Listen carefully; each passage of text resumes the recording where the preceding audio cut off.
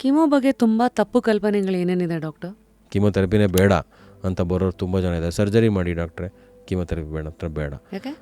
ಎಲ್ಲ ಮೇಯ್ನ್ ತುಂಬ ಜನ ಕೂದಲು ಉದುರೋದು ಒಂದು, ಸೊ ಅದೊಂದೇ ನೋಡ್ತಾರೆ.